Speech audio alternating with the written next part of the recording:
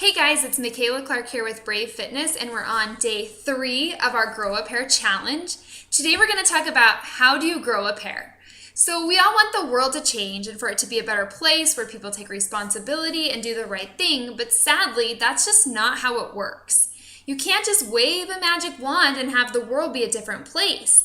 The world changes one person at a time. So stop trying to change the world. Focus on changing yourself. You can control your world. So I'm going to give you a few things that'll help you grow your pair. But I want to be really clear. Anyone can grow a pair. So don't sit there and be like, well, that would be great, but that's just not me. No, you can grow a pair. You don't have to be loud or a big personality or outgoing to have a pair. You just have to get your mind right. So first off, it begins with you. This is about you and what you can do to change the things that are going on around you. So here's a few tips. Number 1, speak up. Let your thoughts be known. When people say hurtful things to you, tell them you don't appreciate it. Never be bullied into silence. Never allow yourself to be made a victim. Accept no one's definition of your life. Define yourself. So in the book, Grow a Pair, Larry Winget tells a story about he was on an airplane and he was sitting in first class and a lady gets on the plane and she has all of her bags and she's bumping around and she's talking on her cell phone. And everyone on the plane can hear what she's saying. Well, they get ready to take off and on the phone and she says, hey, we're getting ready to take off, call me back. And she gives a phone number out. So Larry pulls his little cell phone out, types in the number, calls. She picks up, hello? I'm sitting in the front row in first class. Could you please be quiet? The lady could not believe that someone had called her and told her to be quiet. So she stands up from her seat. She's clearing the back of the plane. Show yourself. Who are you? And he stands up and he waves at her. And everyone on the plane starts to applaud. That's growing a pair. Speak with a sense of purpose. So stop using weak language. Stop saying, I think, if you really know. Or better yet, in my humble opinion, why should your opinion be humble? If you have an opinion, express it and be proud of it. So don't use weak language. Learn to speak well. Use good grammar. You can't make an intelligent argument if you don't know how to write or speak well. People won't take you seriously. Get to the point. Have you ever found yourself in a conversation you wish you could fast forward? I know I have. Just get to the point when you're telling a story. Ask for what you want. Don't assume people know what you want or that they can read your mind. Want a raise? Do the work, earn it, and then ask for it. I'm really guilty about this one. I'll say I assume that my husband knows what I want him to do, when in reality, I just need to say, hey, could you take out the garbage? Don't be anonymous. If you're going to speak up and tell people what you think, then have a big enough pair to do it without being anonymous. Be bold. Look that person in the eye and get it said.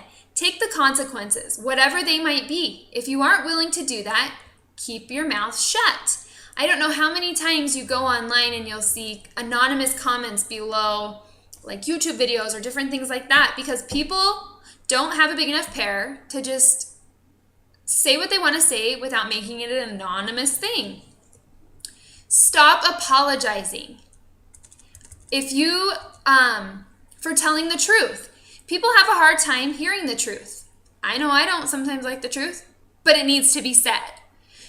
Don't apologize for being who you are. It's better to be authentic than to be a fake person. Stop apologizing for just being. Don't apologize for your thoughts. Don't start off a sentence with, I'm sorry, but what are you sorry for? Okay, here's a big one.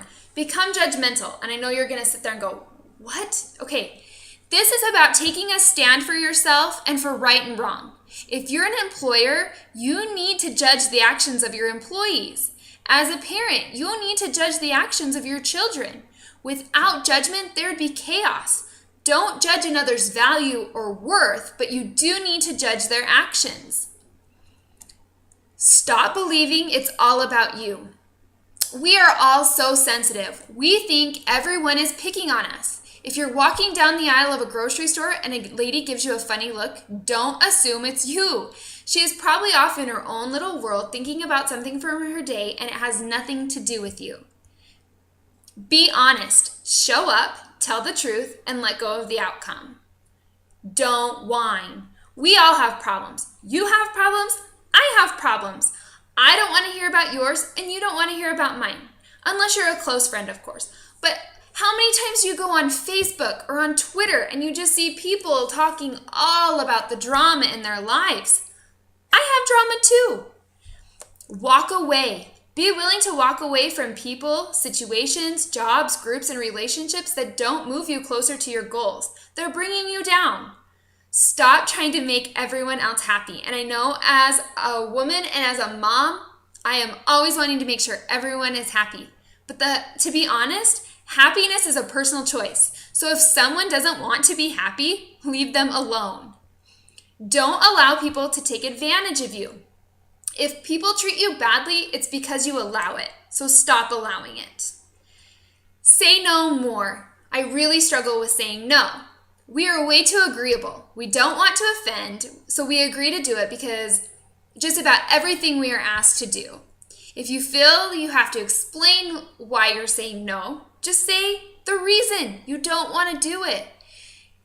We're taught not to be selfish, but sometimes we do have to be selfish. We need to put our family, ourselves, and our happiness ahead of others at times. Do what you said you would do, when you said you would do it, the way you said you would. That's the big one. That's all anyone wants. This is one line can become the key to a great life of success, happiness, and prosperity. So, your challenge for today, I want you to pick one of these things that I have listed that you know you need to work on, and I want you to commit that for the rest of our time together, you're going to work on it.